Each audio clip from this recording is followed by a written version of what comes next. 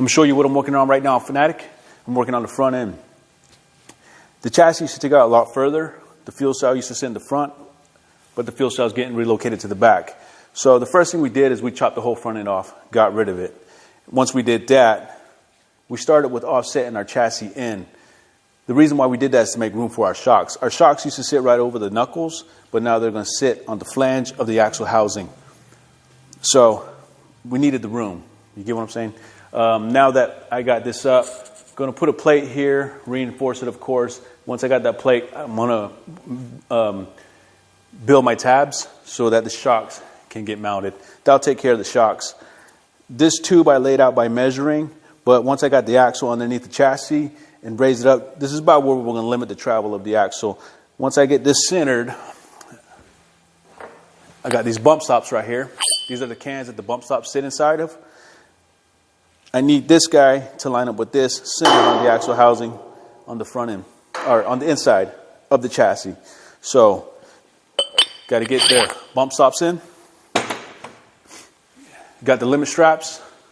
So when we built these axle housings, the original plan was to have them fastened on the backside of the axle housing. But now that we have this offset right here, instead of building some fancy intricate brackets, I'm just going to move it to the front. So I got plenty of plate right here on the axle housing for me to build some tabs. And then I'll build some brackets right here. So I've got to get the limit straps done. We got the sway bar. We got the sway bar arms. The sway bar arms used to be mounted on the front of the chassis, but now it's going behind the axle. And you can't see it from probably that camera angle, but this is about the highest this axle is going to go.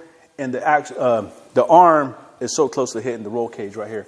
And these are adjustable, so just by adjusting it right there, it's making contact. No good, right? So a couple things I got to do. I got a tube back here that I got to cut out. I'll reinforce it another way, but I got to raise this up. These 4 links are so close to hitting it. At this point, they will hit it, but I'll raise this up. I'm also going to bring it in. That'll shift this up forward a little bit. But what is really going to help is I got to cut these tabs on the axle housing, and I'll build new tabs, and I'm going to mount it lower, and I'll mount further down. Just by lowering that, you can see how much clearance I gave myself. So I'm just going to drop this down right here so I don't struggle putting that back up. So that's the sway bar arms. The hitch, I got the tube right here.